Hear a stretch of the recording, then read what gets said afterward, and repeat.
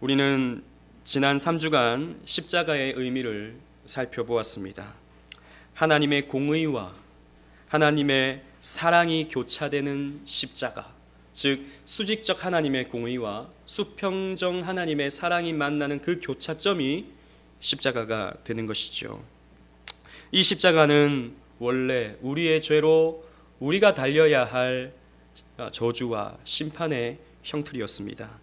그러나 하나님께서 우리를 사랑하셔서, 예수님께서 우리를 사랑하셔서 우리 대신 그 저주와 심판을 담당해내신, 그래서 하나님의 사랑과 성자 예수님의 사랑을 나타내신 그 지점이 바로 십자가가 되는 것입니다. 그래서 우리의 삶에는 더 이상 저주와 심판이 없는 것이죠. 우리의 죄로 말미암아 하나님은 더 이상 우리에게 저주하지 아니하십니다. 하나님은 우리의 죄로 더 이상 우리를 심판하지 아니하십니다. 왜냐하면 십자가에서 예수님께서 우리의 모든 저주와 심판을 대신 다 담당해 주셨기 때문이죠. 그러나 이 예수 안에 거하는 자들은, 예수님을 따르는 자들은 이 십자가의 고난에 동참해야 된다라고 오늘 본문에 예수님께서 말씀하십니다. 나를 따르려거든 자기를 부인하고 자기 십자가를 지고 나를 쫓을 것이니라 라고 우리 주님께서 말씀하셨기 때문이죠. 그래서 참된 그리스도인들은, 참된 주님의 제자들은 십자가를 져야 하는데, 우리 지난주에는 그 십자가의 의미가 첫 번째로 자기를 부인하는 것이다 라고 했습니다. 우리 그리스도인들은 자기를 드러내고 자기를 증명하고 자기의 의로움을 자랑하는 것이 아니라 자기를 부인하고 자기를 부정하며 자기를 죽이고 주님의 뜻만 붙드는 것이 바로 그리스도인들의 삶이다 라고 지난주 말씀을 나누었습니다. 오늘은 그 두 번째로 우리 몫의 십자가는 주를 위해 기꺼이 고난받는 것임을 우리가 함께 그 의미를 나누고자 합니다. 24절 하반절 말씀에 자기 십자가를 지고 나를 쫓을 것이니라 라고 우리 주님께서 말씀하십니다. 십자가는 우리가 다 살폈듯 고난의 형틀이었습니다. 십자가는 극심한 육체의 고난을 상징하는 것입니다. 그래서 당시에 로마 사람들은 이 십자가를 굉장히 혐오했던 것이죠. 보는 것 자체만으로도 너무나도 무시무시하고 너무나도 두려움, 너무나도 그 고통스러움을 나타냈기 때문입니다. 십자가는 그런 의미를 가지고 있었던 것입니다. 예수님께서 오늘 본문의 말씀을 하시기 전에도 21절 말씀을 보면 예수님께서 앞으로 어떠한 결과를 맞이하게 될 것인지에 대해서 말씀해 주셨습니다. 우리 마태복음 16장 21절 말씀을 다 같이 읽어보도록 하겠습니다. 시작.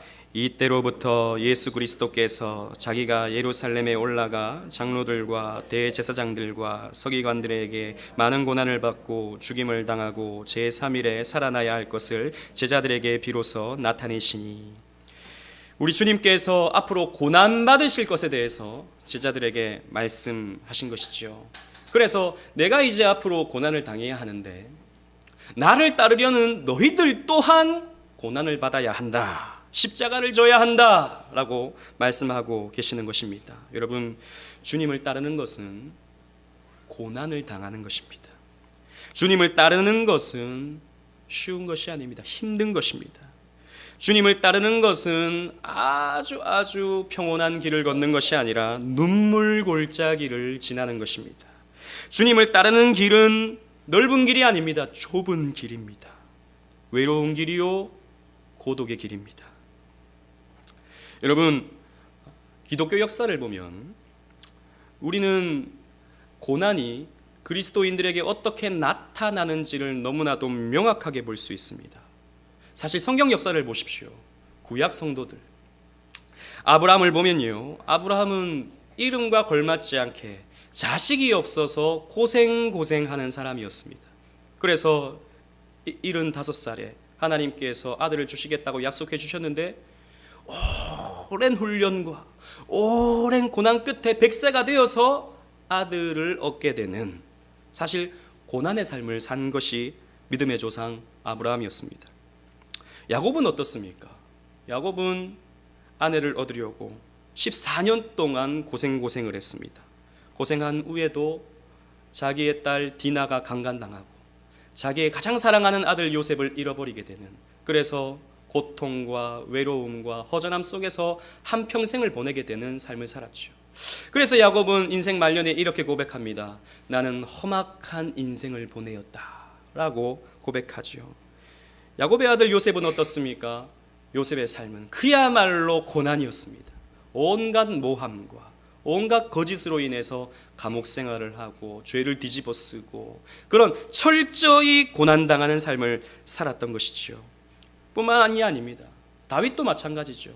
그 왕이 되기까지, 아니 왕이 되고 나서도 자식들이 자기를 죽이려고 하고 반역을 하는 그런 인생 전체가 다윗의 삶은 고난이었습니다. 구약 성도들, 우리는 그들의 결국이 부요했고 또 풍성했다라고 우리는 익히 알고 있지만 그들의 삶의 전체를 본다면 고난이 훨씬 더 많았습니다. 예수님의 제자들, 사도들은 또 어떠했습니까? 모두가 순교했습니다. 바울은 목베임을 당하고 베드로는 거꾸로 십자가에 못 박혔습니다. 모든 사도들, 예수님의 제자들은 불에 태워지고 톱으로 몸이 찢어지는 그러한 비참한 죽음을 맞이하게 되었습니다. 제자들의 삶은 고난으로 점철되었습니다. 초대교회 성도들은 어땠습니까? 로마 황제의 핍박으로 카타콤과 같은 지하 감옥에서, 지하 굴에서 한평생을 살아야만 했습니다. 지하 200m 깊은 굴을 파고 그곳에서 한 번도 햇볕을 보지 못한 채 그곳에서 태어나 그곳에서 죽은 많은 사람들이 있었습니다. 왜 그랬을까요? 믿음을 지키기 위해서, 그리스도인들로서 믿음을 지키기 위해서 그렇게 살았습니다. 혹여나 들키게 되어서 그들이 처벌을 받을 때는 굶주린 사자의 밥이 되기도 하고 또 끓는 가마 속에 들어가기도 하고 그런 비참한 최후를 맞이하기도 했습니다. 중세의 시대는 어떠했습니까? 밀라노 칙령으로 기독교가 공인되자 이제 신앙의 자유를 얻은 줄만 생각했습니다. 그러나 성경적 순수한 신앙을 가진 사람들은 로마 가톨릭, 변질된 종교 로마 가톨릭에 의해서 압제받고 그들의 이런 핍박으로 말미암아 많은 고통을 당해야만 했습니다. 종교개혁 시대도 마찬가지죠. 루터는 로마 가톨릭의 살해 음모에 늘 시달렸습니다. 실제로 몇 번의 납치와 위협을 당하기도 했습니다.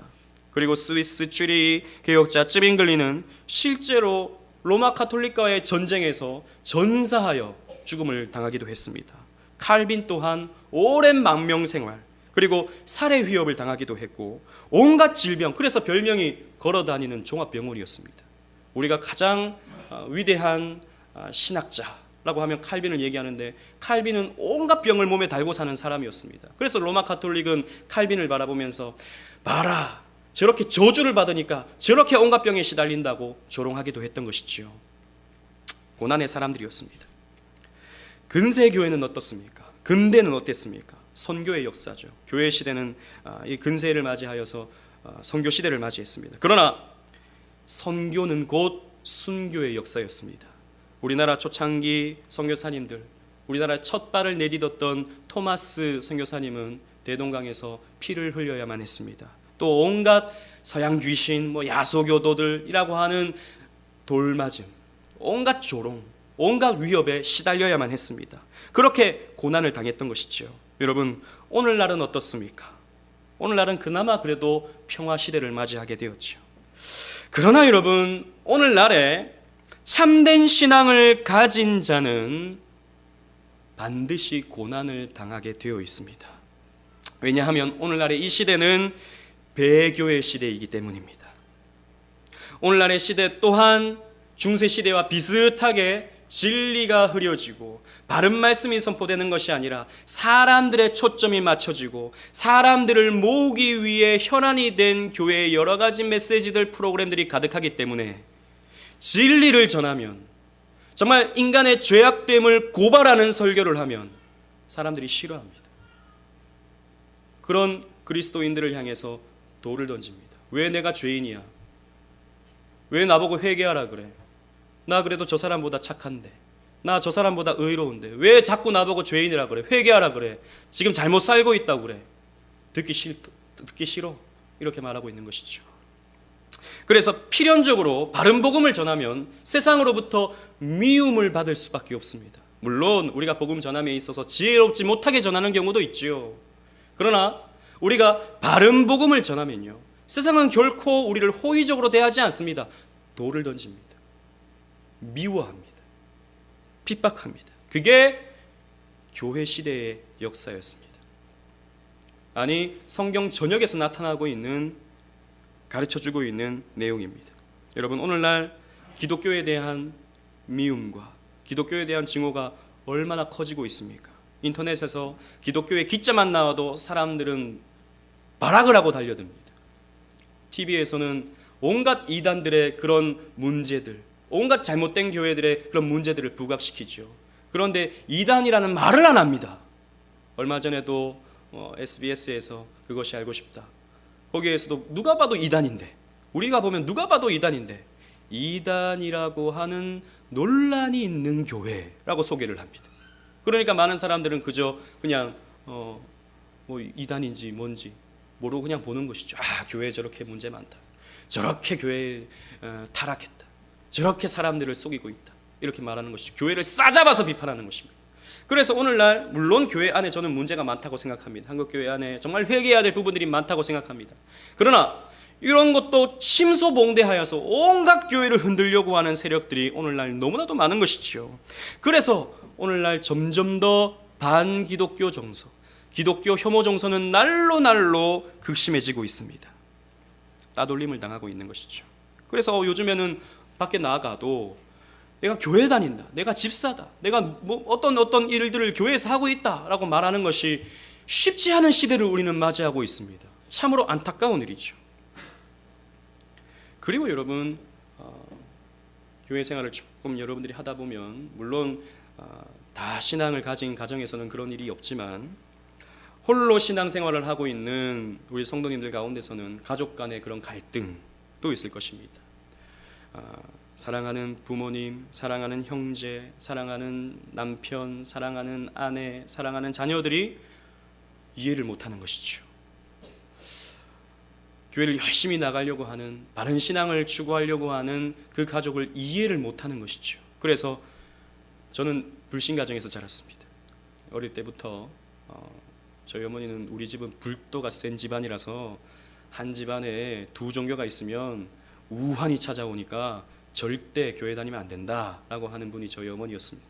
그래서 어떻게든 저를 교회 나가지 못하게 하려고 애를 썼죠. 근데 못 나가지 말라고 하니까 저를 핍박하면 핍박할수록 더 나가고 싶은 거예요. 저는 더 열심히 나갔어요. 근데 그것 때문에 갈등이 많죠. 그것 때문에 늘 싸움이 일어나죠. 저보고 늘 하시던 말씀이, 예수를 믿기 전에 네 복장부터 고쳐라. 그렇게 말씀하십니다. 네 할 일도 제대로 못하면서 무슨 예수를 믿는다고 하냐, 그렇게 말씀하시죠. 그런 말씀하면 또 그런 것 같기도 하고, 제가 이렇게 또 아름답게 정말 그리스도인으로서 신실하게 그런 모습을 보이면 저가 저렇게 열심히 하고 있으니 그래, 교회 다니는 거 내가 인정해 주겠다, 이럴 것 같은데, 제가 봐도 제가 좀 부족한데 예수를 믿기 전에 네 복장부터 고쳐라, 이렇게 하면 참 또 할 말이 없죠. 그래도 또 교회는 가야 되는 것 아니겠습니까? 갈등이 일어나죠. 저희 어머니는 저에 대한 기대가 굉장히 컸습니다. 왜냐하면 제가 막내 아들이었기 때문이죠. 저를 낳으려고 딸 마지막 아들 이렇게 낳았습니다. 제가 그래서 다른 사람들 보면 제가 막내 아들, 누나를 셋을 둔 막내 아들이라고 잘 생각하진 않는데, 그렇게 또 이제 얘기를 또 들으면 귀하게 자랐겠다, 사랑 많이 받고 자랐겠다, 이렇게 말씀들을 많이 하시는데, 물론 사랑도 많이 받았지만 너무 큰 사랑 때문에 압박도 많이 받았어요. 온갖 첫째 누나 잔소리 끝나면 둘째 누나 잔소리 끝나면 셋째 누나, 그 예수를 믿는 것 때문에, 교회 나가는 것 때문에 온갖 그 아픔과 시련과 눈물을 흘려야만 했습니다. 저희 어머니는 교회 전화 걸어가지고 목사님한테 욕도 하기도 했어요. 우리 아들 망쳐놓지 말라고. 제가 그거 보면 또 얼마나 마음이 괴롭습니까? 또 저한테 눈물로 호소하시기도 하고 저를 보면서 울면서 제발 좀 교회를 나가도 주일 낮 한 번만 나가고 더 이상 좀 나가지 마라, 이렇게 눈물로 호소를 하시고, 그러면 또 제 마음이 또 얼마나 약해. 엄마가 나 때문에 울고 있는데 얼마나 마음이 아픕니까? 갈등이 있는 것이죠. 참 신앙생활하기가 힘듭니다.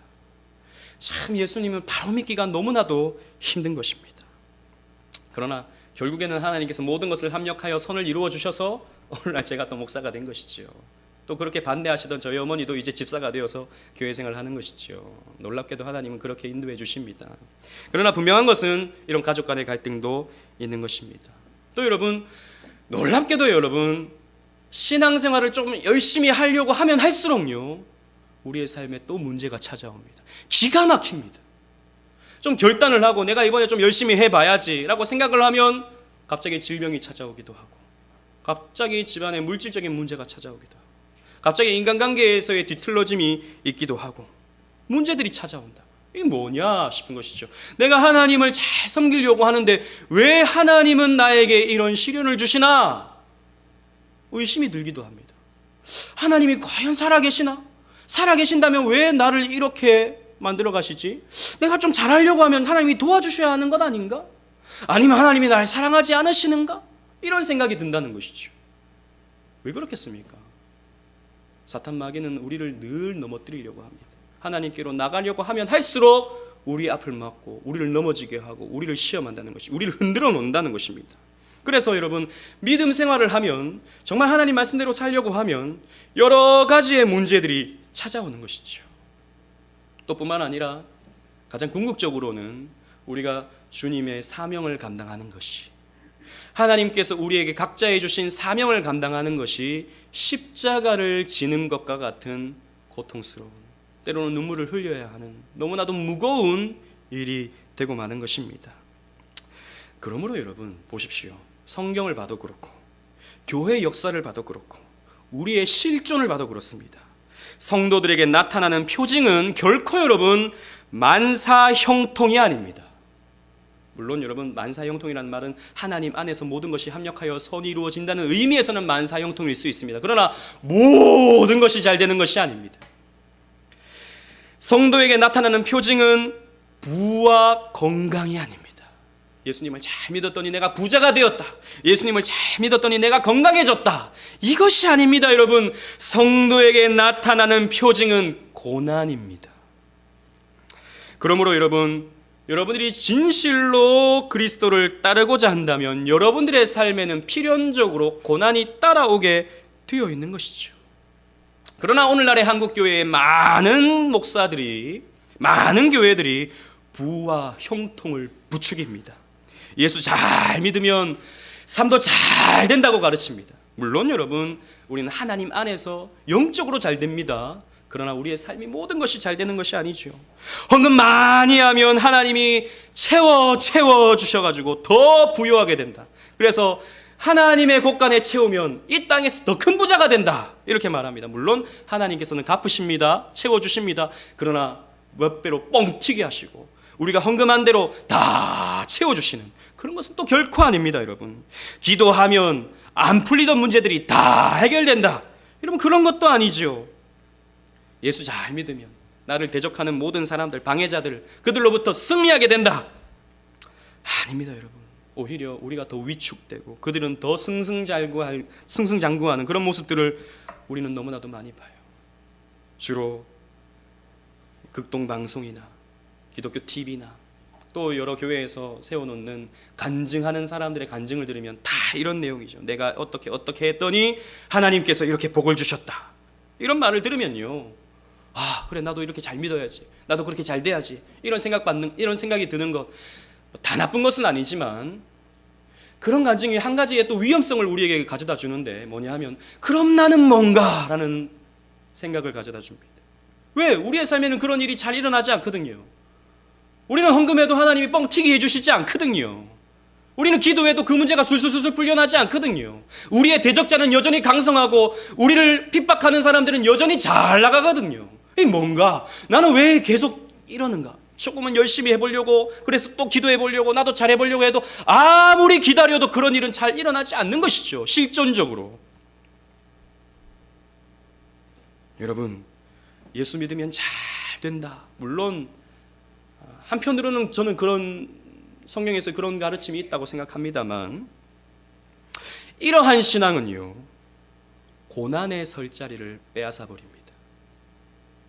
고난의 중요성을 잊어버리게 만듭니다. 오히려 고난을 하나님이 벌 주시는 것으로 생각해 버리게 만들고 맙니다.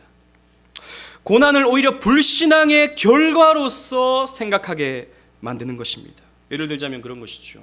교회 안에 우리 교회는 아직 그런 일은 없지만 저도 이제 그런 경우를 너무나도 많이 봤습니다. 교회 안에 조금 문제가 생긴 그런 가정을 보면서 그 주변에서 말하기를 좋아하는 사람들이 항상 있죠. 그 집사님 그렇게 신앙생활 하더니 하나님께서 치셨네, 이렇게 말하는 경우 저는 많이 봤습니다.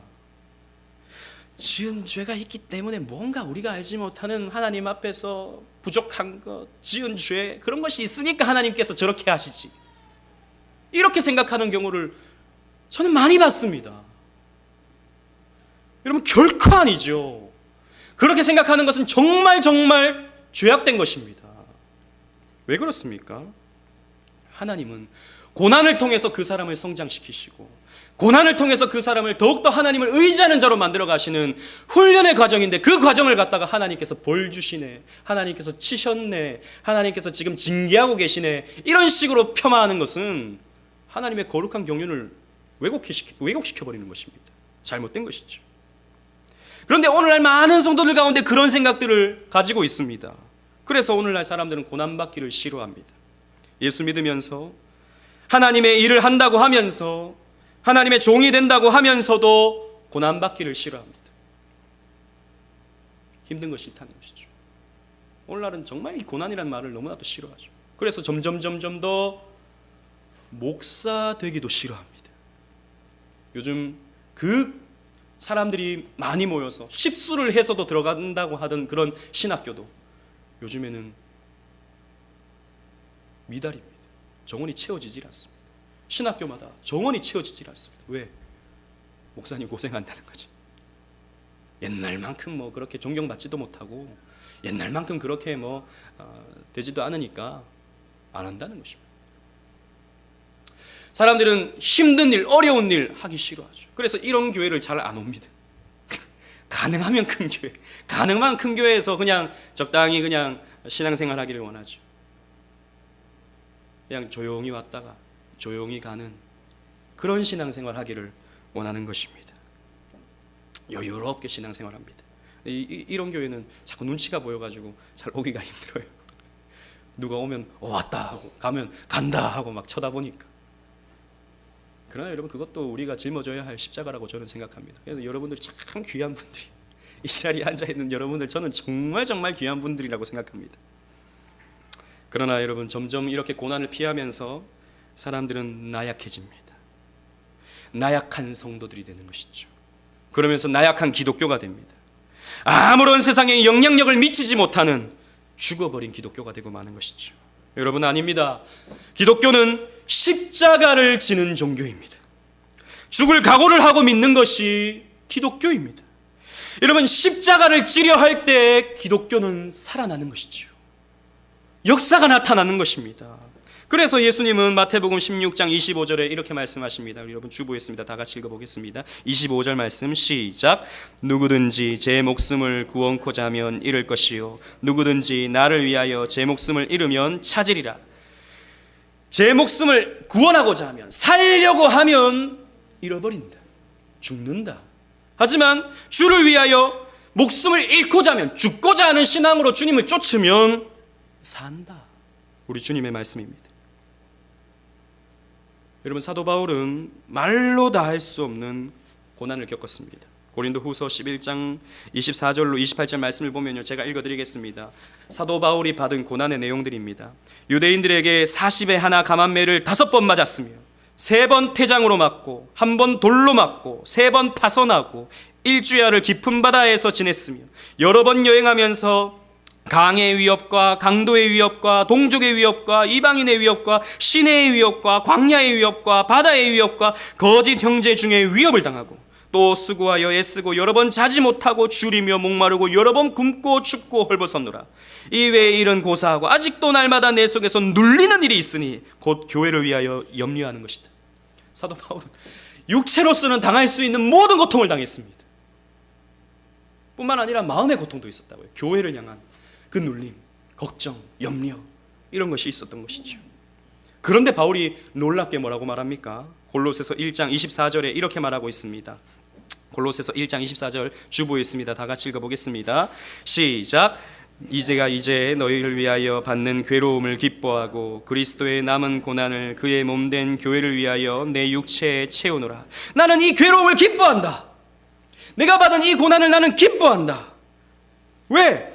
그리스도의 남은 고난을 나는 교회를 위하여 채우는 것이기 때문이다. 내가 받는 고난은 교회의 유익을 위하여 받는 고난이기 때문에 나는 기꺼이 고난받기를 기뻐한다 라고 말하고 있는 것이죠. 여러분, 왜 우리는 고난받기를 기뻐해야 합니까? 왜 우리는 고난을 받아야 하는 것입니까? 왜냐하면 고난은 성도들을 강하게 만들어주기 때문입니다. 여러분, 훈련을 고되게 받으면 받을수록 그 사람은 강해지죠. 축구도요, 여러분, 한 팀으로서 강한 팀이 되기 위해서는 온갖 훈련을 받아야 하는 것입니다. 고된 훈련을 받으면 받을수록 더 강한 팀이 되는 것이죠. 어제 축구를 해가지고 제가 축구가 떠오르네. 군인도 마찬가지죠. 고된 훈련을 받으면 받을수록 더 강한 군이 되는 것이죠. 그래서 해병대 훈련은 훨씬 더 고된 것이고 특전사 훈련은 훨씬 더 고된 것이죠. 그래야 강해지기 때문에 마찬가지입니다. 하나님은 우리를 강한 그리스도인으로 만들어 가시기 위해서 반드시 우리의 삶에 고난을 주시는 거예요. 여러분, 20세기 위대한 설교자, 20세기 초에 영국에서 가장 위대한 설교자로 쓰임받았던 찰스 스펄전은 그에게는 통풍이 있었습니다. 여러분, 통풍을 겪어본 분들은 아시겠지만 엄청난 통증이 있지요. 또 우울증으로 고생을 했습니다. 그 큰 교회를 목양하면서 그 시대에 정말 가장 영향력 있는 교회를 목양하면서 스펄전은 우울증으로 고생해야 했습니다. 그런데 그는 이렇게 말했습니다. 나는 종종 병실에서 있었던 시간을 감사하는 마음으로 돌아본다. 나는 어떤 곳에서보다도 고통의 침상에 있었을 때 은혜 가운데 가장 성장했음을 확신한다. 내가 이렇게 위대하게 쓰임받을 수 있었던 것은 나는 병상에 누워 있었을 그 시간을 통해서 나는 이렇게 성장했다 라고 말하고 있는 것이죠. 여러분, 고난은 우리를 성장하게 합니다. 우리를 튼튼하게 합니다. 우리를 강하게 만듭니다. 또 여러분, 고난을 받아야, 이 땅에서 고난을 받아야 세상에 대한 미련을 버립니다. 이 세상이 너무 좋아요. 이 세상이 너무 부유하고 이 세상이 즐길 것이 너무 많아요. 이 세상이 너무 행복해요. 그러면요, 우리는 이 세상에 함몰됩니다. 하늘을 쳐다보지 않아요. 이 세상이 너무 좋으니까 그냥 이 세상의 삶만 생각한다는 것이죠. 아닙니다, 여러분. 우리가 이 세상에 탐닉하면 탐닉할수록 하나님은 우리를 흔들어 놓습니다. 왜? 하늘을 바라보라고, 저 천국 바라보라고. 너는 이 세상에서 평생 살 존재가 아니야. 영원히 살 존재가 아니야. 너는 이 세상을 떠나서 저 천국에 갈 존재야. 그러니까 이 세상에 미련을 버려. 그래서 이 세상에서 우리의 삶을 흔들어 버리는 것이죠, 하나님. 그래서 결국에는 우리는 천국을 소망합니다. 여러분, 철로의 역정이라고 하는 소설을 여러분 보셨습니까? 철로의 역정. 이 세상의 성도는 숱한 고난을 당하죠. 여러 가지 위협을 당합니다. 그 무거운 죄의 짐을 지고 살아갑니다. 너무 고통스럽죠. 그래서 크리스천은 철로의 역정을 보면 천국을 소망합니다. 이 세상은 장망성이라는 것이죠. 그래서 저 천국을 향하여 힘들지만 열심히 걸어갑니다. 그게 여러분 성도들의 삶입니다. 고난당하며, 이 땅에서 고난당하며 저 천국을 향하여 살게 되는 것이죠. 그리고 고난당하면서 우리는 결국 자기 부인을 할 수 있는 것이죠. 여러분, 다 되면, 내 뜻대로 다 되면요, 하나님이 되려고 합니다. 인간은, 우리가 말씀 다 나누었죠. 인간은 끊임없이 자기가 하나님이 되어서 자기 뜻대로 살려고 하고 자기가 판단하며 살려고 하고 자기 원하는 대로 살려고 합니다. 그러나 하나님은 그런 것들을 해체시켜버리죠. 나의 그 모든 뜻과 나의 모든 계획과 나의 모든 요구들을 하나하나 꺾어 가십니다. 그래서 자기 부인, 야, 내가 하는 것이 아니구나. 내 뜻대로 살아가는 것이 아니구나. 내 야망 추구하면서 살아가는 것이 아니구나. 하나님 뜻 추구하면서 살아야 되는 거구나. 하나님 영광 위해서 살아야 되는 거구나. 하나님께 맡기며 살아가야 되는 거구나. 이걸 배우라고 하나님께서 우리에게 고난을 주시는 것입니다. 사랑하는 오직은혜 교회 성도 여러분, 혹시 여러분들의 삶에 고난이 있습니까? 여러분, 그 고난을 이상하게 생각하지 마십시오. 왜 나에게 이런 일이 찾아오나? 내가 하나님 잘 믿고 있는데, 내가 그래도 열심히 하는데 왜 나에게 이런 일이 찾아오나? 여러분, 이상하게 생각하지 마십시오. 오히려 감사하십시오. 기뻐하십시오. 그 고난은 여러분들이 믿음으로 살아가고 있다는 것을 증명해 주는 표시입니다. 그건 여러분들이 잘못 믿고 있어서 하나님 주시는 것이 아니라, 하나님 징계하시는 것이 아니라, 여러분들이 잘 믿고 있기 때문에 나타나는 것입니다. 그러므로 기뻐해야 되는 것이죠. 여러분, 그것이 여러분들이 짊어져야 하는 십자가인 것입니다. 그러니 힘들다고 원망하지 마십시오. 지금 진 십자가가 너무 무겁다고 푸념하지 마십시오. 십자가 없이 부활이 없습니다. 여러분, 예수님은 십자가를 통하여 부활을 경험하셨죠. 고난을 통하여 영광을 보셨습니다. 마찬가지입니다. 우리 또한 십자가를 외면하면 영광을 받을 수 없습니다.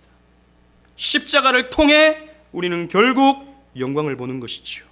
그래서 로마서 8장 17절 18절 말씀 우리 주보했습니다. 다 같이 읽어보도록 하겠습니다. 시작.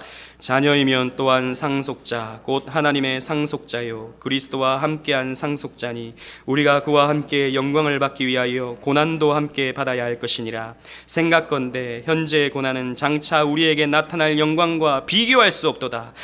그리스도와 함께했다면, 그리스도와 연합했다면 그리스도가 받으신 그 고난 너희도 받아야 된다. 그래서 그리스도가 결국에는 영광을 받으셨던 것 같이 우리 또한 영광을 누리게 된다라고 사도 바울은 권면하고 있는 것입니다. 여러분, 그렇기 때문에 여러분, 우리의 삶에는 필연적으로 고난이 나타날 수밖에 없는 겁니다.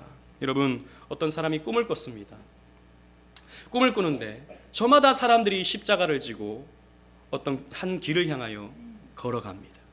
근데 이 사람이 십자가가 너무 무거운 거예요. 너무 무거워서 자기가 가지고 있던 칼로 그 십자가를 조금씩 잘라냈습니다. 조금 잘라냈더니 조금 가벼워져요. 그래서 좀 가벼워졌네 생각하고 또 걷습니다. 그런데 또 시간이 지나니까 그것도 무겁습니다. 또 잘라내고 그걸 반복하다 보니까 어느새 손에 쥘 만한 십자가가 됐습니다. 그래서 열심히 앞을 향하여 걸어가고 있었죠. 그런데 앞에 요단강이 넘실넘실거리고 있습니다. 다른 사람들은 자기가 짊어온 그 십자가를 그 요단강에 띄워서 저 천국으로 가게 되는데 그 잘라낸 십자가를 손에 쥔 그 사람은 그 요단강 앞에서 아무것도 할 수가 없는 것이죠. 왜? 그 십자가를 띄워본다 한들 건너갈 수가 없는 것이죠. 여러분, 여러분들의 무거운 십자가, 여러분들이 짊어지고 있는 고난의 십자가 외면하지 마십시오. 짊어지고 가십시오. 그러면 영광을 누리게 되는 것입니다. 여러분, 제가 이렇게 설교하니까 교회 무섭네. 교회 나오니까 이 고난 받아야 되는 거구나. 야, 이거 큰일 나겠구나. 잘못 왔다. 생각하시는 분들 혹시 여기 있습니까? 여러분, 걱정하지 마십시오.